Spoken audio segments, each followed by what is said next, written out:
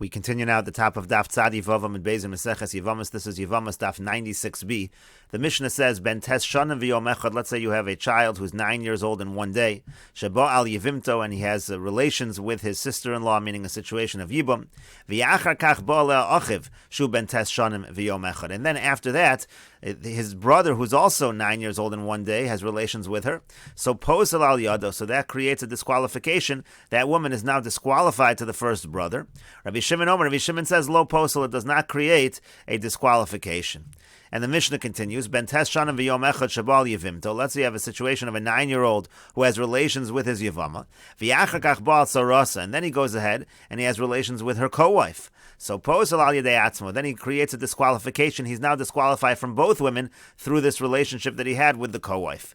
Rabbi Shimon says, lo posel, he doesn't create that disqualification. And Rashi over here explains, posel al yadu, the first brother is now disqualified from the Yevama.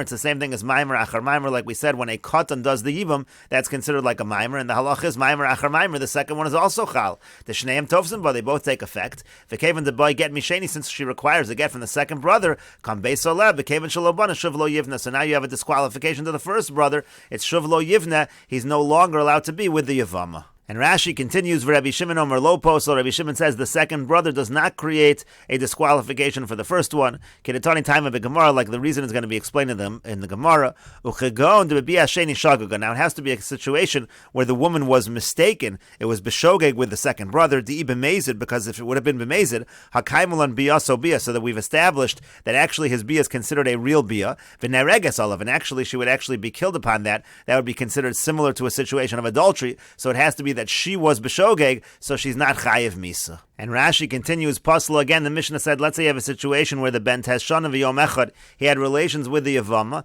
and then he also had relations with her co-wife, so we said that he's now disqualified. Rashi says, lo rishon al atzmo, so he's now disqualified to the first one because of what he did with the second one. The kol shekain l'shni, and of course he's disqualified to the second woman, to the co-wife. The bayis echru bona, because the halach is he's only allowed to build up one house, he's only allowed to be together with one of the widows of his brother. Vein bona shnei batim, he can't build two houses. V'kevan dein biyaso barishon a kinyan gomer. Now, since the first bia is not considered a kinyan gomer because he's a minor, so it's not a full kinyan. Mahanya bia shniel hatzricha get. So the second bia still has some effect, and she needs that second woman needs a get. V'kevan deyoiv get kam kula beisa below yivna. And once already that requires a get, so now you have a situation of lo yivna. He's no longer allowed to build up the house of his brother. So both women, he's disqualified from both of them. And the idea again being in both of these cases is any time a get is required, so that's considered a situation where he hasn't built up the house of his brother, and therefore shuv lo yivna, he's no longer allowed to build up the house of his brother. And Rashi continues with Rabbi Shimon Omer lo posel. In this case as well, Rabbi Shimon says that the relations that he has with the tzara, with the co-wife, does not create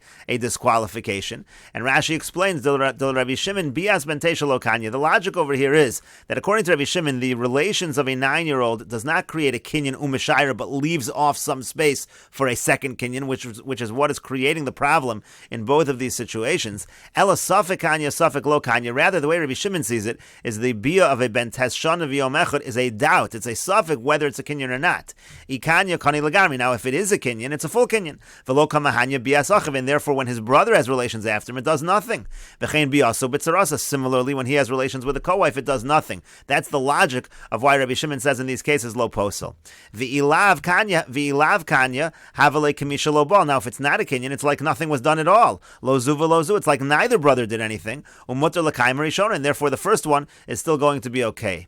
Avol shniya lo mekayim. Now, happens to be that the second one is not, let's say, the co-wife. That's not going to be okay. Dilma biyaso kanya b'rishon, because there you actually have a suffix that maybe the first bia was kona again. Rabbi Shimon does acknowledge that it is a suffix. V'kayim shniya le be'isr shnei batim, and then the second one, the co-wife, is going to be prohibited with the prohibition of shnei batim. So, in other words, even according to Rabbi Shimon, since you have a suffix over here, it's the first one that is going to be okay, and the second one, the co-wife, is not going to be okay. And the Gemara says, Tanya, we learned in a brayso, Amar lehem Rabbi Shimon l'chachamim. Rabbi Shimon said to the chachamim, in bia rishona bia, if the first bia is considered effective, so bia shnia eina bia, so then the second one is not going to be effective. V'im bia rishona eina bia, and if the first one is not effective, bia shnia nami eina bia, so the second one is also not going to be effective. This is like Rashi explained, that Rabbi Shimon holds it's really a suffix when it comes to the bia of a ben tashana v'yom echad, and that's why Rabbi Shimon says in both cases of the Mishnah that eino posel, it does not create a psul. And Rashi over here says, Bias Sheni Ein Bia, the second Bia is not going to be good if the first one is effective. The Kaimalon Ein Bia Achar Bia, because we've established that the Bia is not Chal if it happens after the first one. V'havale Bias Sheni Kibias Inish Dialma. Now it comes out that when she has relations with the second brother, it's like having relations with anyone else, but there's no Chalos of Yibum, and that's what Rashi said before. V'kevan Shogeges Hisharya. Now since it's B'Shogeg, that's why she's still permitted. If it would be B'Mezid, it would actually be a problem, because then again, Rabbi Shimon is saying the first Bia is considered a bia. The second one is just considered like some other person. It would basically be considered a situation of adultery, and she'd be chayeves misa, so that she'd be chayev the death penalty. So that's why Rashi has to say, you have to say that she was shogeg in this case. And the Gemara continues, Masnisan deloka Ben Azai. Our Mishnah does not follow the opinion of Ben Azai. The Tanya, as we learned in a brayso, Ben Azai Omer Ben Azai says, Yesh Maimer Achar Maimer. There is considered Maimer after Maimer.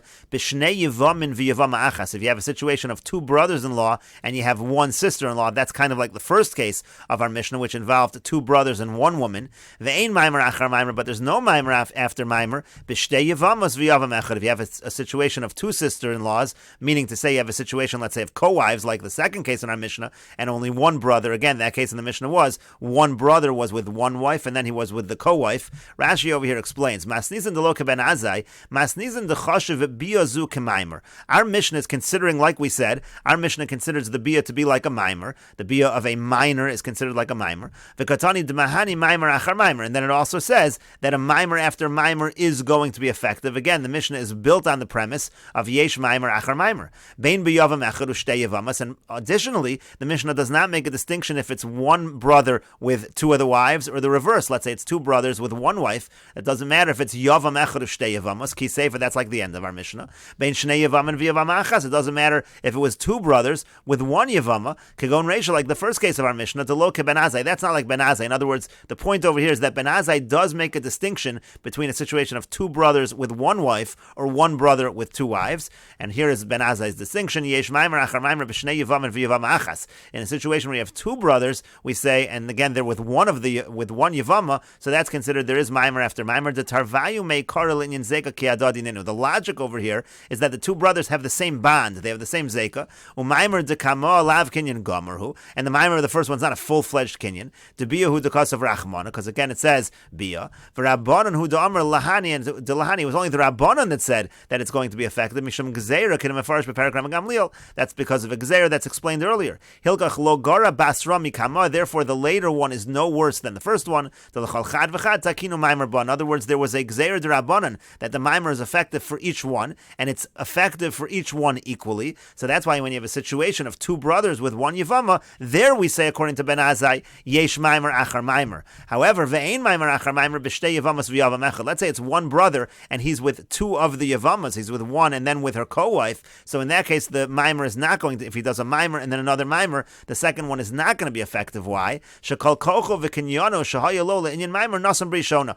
All of the strength that he was given in terms of the effectiveness of his Maimer, he did with the first wife. V'Daches Ashniya, he completely pushes off the second wife, and that's why there's Ein Maimer Achar Maimer. That's why there's a distinction between Shnei Yevamin and Yevam Achas and Shtei Yevamos and Yavam Echad. Now Rashi points out, V'Iz Degaris La'ibcha. Some people have this in the reverse, that it's Yesh Maimer Achar Maimer B'Shtei Yevamos V'Yavam Echad, instead of being Yesh Maimer Achar Maimer B'Shnei Yevamin V'Yevama Achas. And again, it's reversed in the second as well. However, Rashi says V'Loshan Rishon Nira V'Chein Shamati. It makes more sense to say like this first version, like we just said, and Rashi says that is what I heard as well. And the Gemara continues with the Mishnah, Ben Teisha Shanim V'Yom Echad. Again, you have a boy who's 9 years old in one day, Sheba Al Yevimto, he has relations with his Yivam of a mace, and then he dies. So the halacha is Choletzes V'Lo Mesyavemes. So the halacha is, so she should do Chalitza and she should not do Yibum. Rashi over here says, Ben Teisha Shanim V'Yom Echad, Sheba Al Yevimto V'Mace, Choletzes V'Lo Mesyavemes, Sheyesh Oleh Zeka Shnei Yivam. The case over here is that there are two brothers-in-law that she has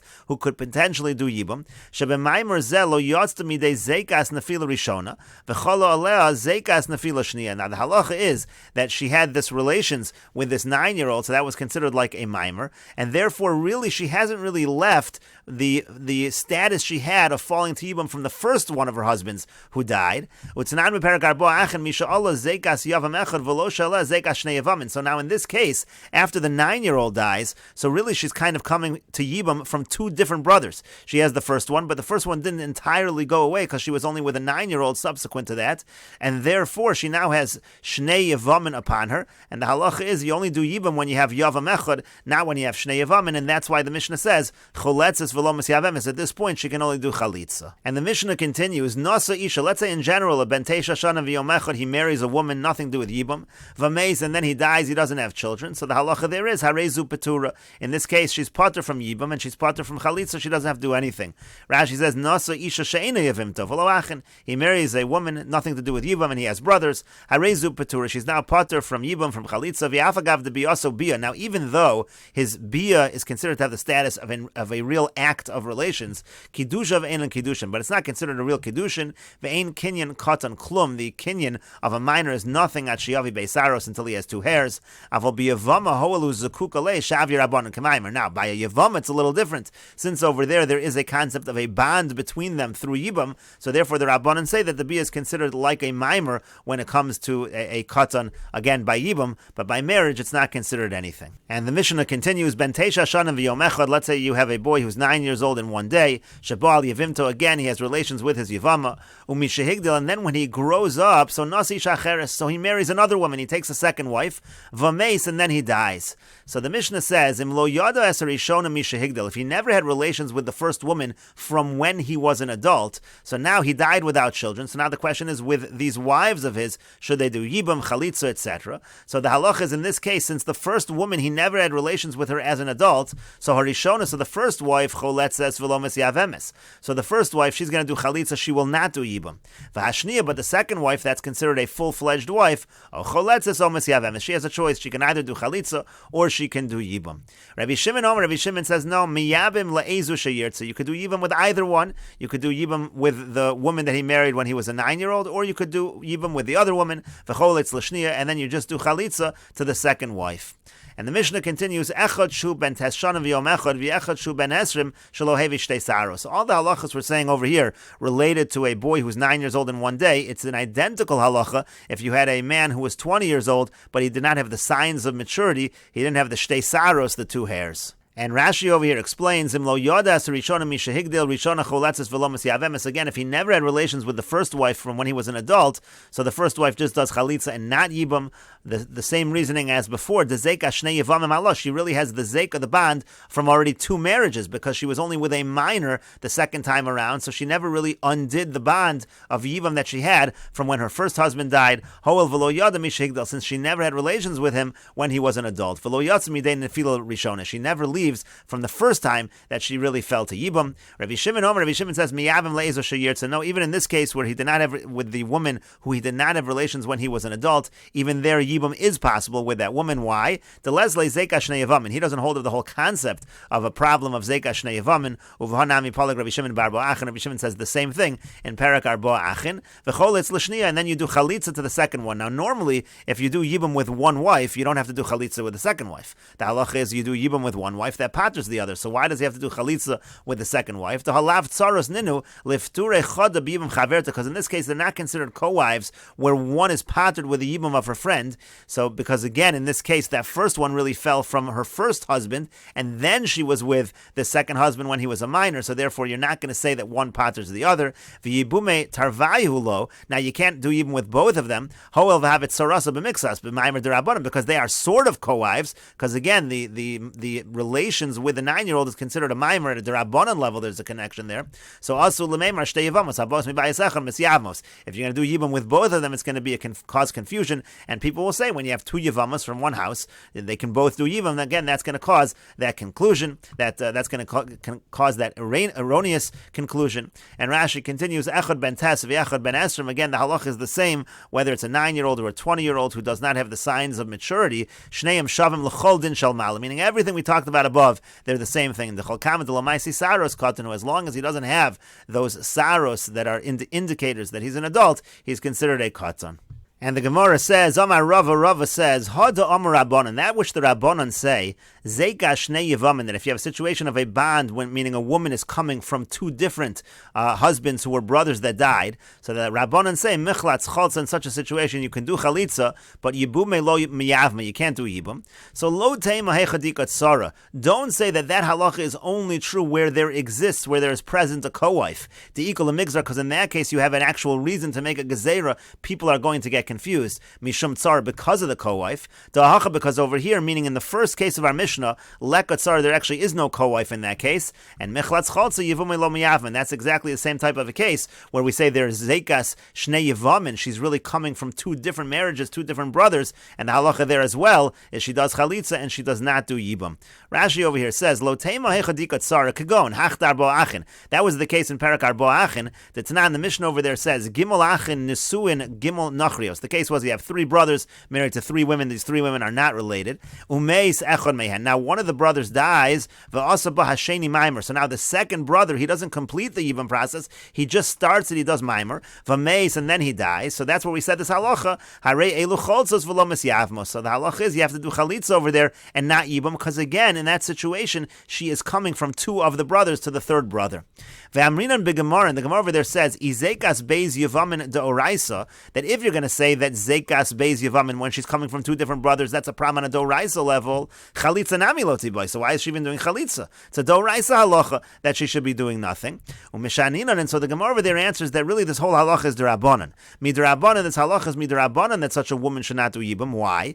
Gezeira, because it's a gezeira shema yomru, because maybe people will say shtei yevamos habos mibayis echon misyavmos. If she's going to do yibum, and then also let's say the other wife of this brother is going to do yibum, people are going to say you have two Yevamos coming from one house that are doing Yibum. Now, even though that's not really true, really she's coming from the first brother, because the second brother was just a mimer. She wasn't really married to the second brother. So that's the Gezerah that the Gemara says over there. And so that's what Rav is commenting over here. Rav is saying the Gezerah really only applies when you have a situation of co-wives. However, in our first case of the Mishnah, Ben Teisha Shana V'Yomecha Shebal Yevemto, there is no co-wife, and the halacha is the same. It's Choleses V'Lomas Yavemes, and that's why Rav is saying this halacha that we say, that by Zeka Shnei Yevamin, it's Michlatz Chaltza Yivumei Lo Miyavma, that halacha applies even if there's no co-wife involved, which even though that would take away the reason for the gezerah, but the halacha still applies. And the Gemara continues at the two dots. The Mishnah said, Nasa Isha V'Meis V'Chulu. It said, let's say this 9-year-old marries a woman and then he dies, so in that case there's no yibum, there's no chalitza. The marriage is not considered a marriage because he's a minor. The Gemara says, Tanina Lahad Tanu Rabbanan. Our Mishnah is saying the same thing as the following brisa. Shota v'katan. Let's say you have a shota or a katan, an imbecile or a minor, shenasu, that they get married v'meisu and then they die. So the halach is neshosein peturos min hachalitza min hayibum. Their wives are patur from chalitza and from yibum. And the Gemara continues at the two dots. The Mishnah said, Ben Teisha v'chulu mishehigdal v'chulu. Again, the case over there was, you have a 9-year-old boy who does yibum with the first wife of his deceased brother. And then when he gets older, he becomes an adult, so he marries another woman, and then he dies. And so now, then the question is, what happens to his wives in terms of yibum and chalitza? And so the Mishnah said that first wife, who he was with when he was just a katan, so she really still has a connection to her first husband, because again, since he was just a minor, it's just considered at the level of mimer, so she has a connection from both, and therefore she cannot do yibum, she only does chalitza. That's in terms of the first wife. Now the second wife, that's considered his full-fledged wife, and therefore in such a situation, she can do either yibum or she can do chalitza. That's what the Mishnah said. And so the Gemara now asks, V'yasu bias ben tes k'maimer begadol. Why don't we consider the bia that he had when he was a 9-year-old exactly the same as we would consider mimer by an adult? Now by a mimer of an adult, let's say this would not be a 9-year-old. Let's say it would be a situation where he performed a mimer, but never actually completed, never did yibum, and then he married another woman, and then he died. So in such a situation, we would actually say that the other woman does not do yibum in that case. She's actually pushed off completely from the halach of yibum. Why? Because she's a co-wife of someone else who can't do yibum, because again, that first woman who he did a mimer with, she has a connection with him and with his deceased brother, and therefore she's coming from two different yevamin, and she doesn't do yibum, and therefore the halach is her co-wife also doesn't do yibum in such a case. But V'tidchet Sarah miyibam. It should be considered again like a mimer by a gadol, and the co-wife should be completely pushed off from yibam. Why is the bia of a bentes different in some way here from a mimer begadol? And so the Gemara answers, Amar Rav. Rav says very simply, Lo asu bias bentes k'mimer begadol. When we talk about bias bentes, that is not completely identical to mimer begadol. It's not at the exact same level, and there is this distinction. By a mimer of a gadol, that would completely push off her tzara from yibam, but when it comes to a bias bentes, the tzara still is able to do yibam or chalitza.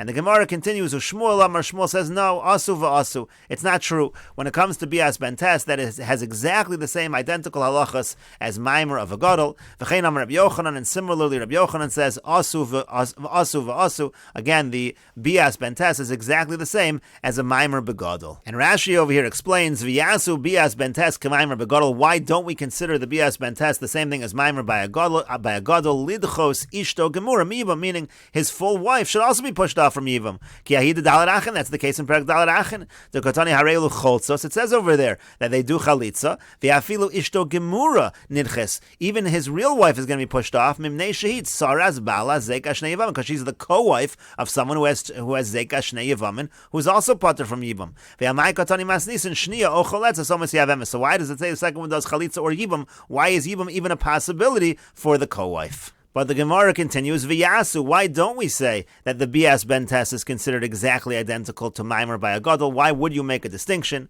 And so the Gemara answers, Tanoi, it's actually a machlokas Tanoim, and really there's no one that makes a distinction. It's just a machlokas Tanoim in general by the co-wife. Ha'achtana darbo achin, the Tana in Perek Arbo Achin, Gazar mishum tzara. There it's a gezerah because of the co-wife. In other words, when you have a situation of a woman who's coming from two different brothers, let's say she did a mimer with a second brother and then the second brother died, so now she's falling to Yibam to the third brother from two brothers. So there, the reason why we don't do Yibam with, let's say, both wives of that second brother who died is because it's a gezerah. People are going to think you're doing Yibam with two wives of the same brother. They're not going to realize that they're coming from two separate husbands. So we have a gezerah mishum tzara, and we say that gezerah applies to both her and the co-wife, to both of them. Both of them are not supposed to do Yibam. V'yashminan begadol v'huadin bekatan, and that Mishnah was saying, actually, it was teaching us this halacha by an adult, but the same would be true by a katan. By a katan as well, not like our Mishnah says. By a katan as well, we would say that both women should be doing chalitza, not yibam. V'hai da'amar gadol mishum de begadol kayin. The only reason why that Mishnah over there was talking about an adult case was because that happened to be the context over there. But the same halacha would have been true by a bias bentes, because that's exactly identical to mimer begadol. And the Gemara continues, V'hai tana dahacha, and the Tana of the Mishnah over here, so Svirolei also holds again that we do say that the bias katan is the same exact thing. The bias bentes is the same as a mimer begadol. However, v'lo gazar misham tzara. However, there is no gezerah. It's not because of a gezerah due to a co-wife, as we said earlier in the Gemara. The first case of our Mishnah, there is no co-wife, and we still say that if you're coming from a situation of shnei yevamin, you're not allowed to do yibum, you do chalitza. So therefore, that only applies to the actual woman who was with the boy when he was a katan. That woman is not going to be able to do yibum; she will do chalitza. However, the other one, the co-wife, according to our Mishnah, is going to be allowed to do yibum. V'yashminan bekatan v'huadin begadol. And in our Mishnah, we teach the case by a katan, but it also would be true by a gadol as well. V'hayde kamar bekatan to bekatan kai. The only reason that we talk about a katan in our Mishnah is because that's the context of our Mishnah. In other words, the Gemara is saying really it is true. We really do not make a distinction between a bias bentes and a mimer begadol. It's the same halacha, but it happens to be there's a machlokas in Mishnayos. What is the halacha in terms of the co-wife? And that machlokas would apply whether by a katan, whether by a gadol. And again, this explanation is going to be specifically according to Shmuel and Rabbi Yochanan, who say that a bias bentes is the same as a mimer begadol. They're going to explain that it's a machlokas in Mishnayos, and really the halachas are identical by a katan and a gadol in this case. And the Gemara continues, Azal Rebbe Lozer Amar L'Shmaita Bei Midrash. Rebbe Lozer went and he said over this teaching of Rabbi Yochanan in the Beis Medrash, V'lo Amar Mishmei Rabbi Yochanan. However, he did not say it in the name of Rabbi Yochanan. He didn't quote Rabbi Yochanan in his name. And so the Gemara continues, Shamar Rabbi Yochanan Ikbid. Rabbi Yochanan heard this, that Rebbe Lozer was saying over his teaching without quoting him properly, and he got angry. So O Lagavi Rabbi Yami v'Rabbi Asi. So Rabbi Yami and Rabbi Asi, they came to visit Rabbi Yochanan. They wanted to calm him down.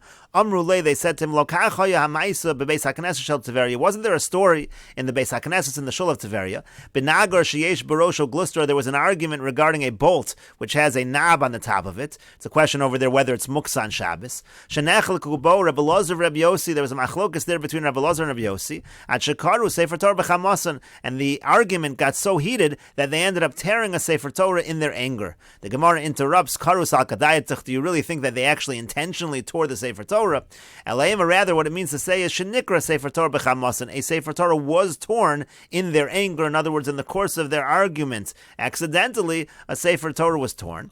V'hayasham Rabbi Yossi ben Kisma, and Rabbi Yossi ben Kisma was over there, and Amar, and he said, to me, Anim lo yeh beis hakneses zu avodas kochav. I'd be surprised if this shul does not turn into a place of idol worship. In other words, the fact that there's such anger in this beis hakneses, it's a bad sign of what's going to turn out in this beis hakneses. V'chein hav, and that's exactly what happened. It turned into a beis avodas zara. And so the Gemara continues, when Rabbi Yochanan heard this, Hadarik b'tzvei, he got even more angry. Amar chavrusa nami, he said, you're making it as though Rabbi Elazar is my chavrusa. In other words, the story that you're telling me with Rabbi Elazar and Rabbi Yossi, there they were actual colleagues, they were chavrusas. And that's no comparison to this situation where Rabbi Elazar is my Talmud, says Rabbi Yochanan, and therefore it should be a different situation altogether. And the Gemara continues, O legabi Rabbi Yaakov Baridi. So then Rabbi Yaakov Baridi, he came up to visit Rabbi Yochanan. And Amar Alein, he said to him as follows, he also wanted to calm Rabbi Yochanan down from his anger, and he said to him as follows, the pasuk says, Kasher tziva Hashem es Moshe avdo, kein tziva Moshe es Yoshua, v'chein also Yoshua, lo heiser davar mikol asher tziva Hashem es Moshe. It says that Yoshua did everything that he was told by Moshe. Hashem told Moshe, Moshe told Yoshua, and Yoshua did everything he was told. V'chi al kol davar shamar Yoshua hayomer lehem kach amar li Moshe. So now, Rabbi Yaakov Baridi says to Rabbi Yochanan, do you think every single thing that Yoshua said, he said, this is what Moshe told me? El Yoshua Yoshe v'dorish stam. Rather, Yoshua would sit and he would darshan stam. He wouldn't quote every single thing from Moshe Rabbeinu. V'akol yodin shetorah shel Moshe. Everybody knew that his Torah was the Torah of Moshe. So after Rabbi Elazar Talmidcha, so too by Rabbi Elazar, your student, Yoshe v'dorish stam. He sits and he darshan stam. V'akol yodin kishal choy. Everybody knows it comes from you, so he doesn't have to quote you every single line. So Amar Lahem, so then Rabbi Yochanan, he turned to them, meaning to say, he turned to Rabbi Ami and he turned to Rabbi Asi, and he said to them as follows, he said, why don't you know how to calm me down the same way that Rabbi Yaakov Baridi, he knew how to calm me down? In other words, what you told me did nothing to calm my anger, but this, what he's telling me now, this calms my anger, this idea of Yehoshua and Moshe Rabbeinu.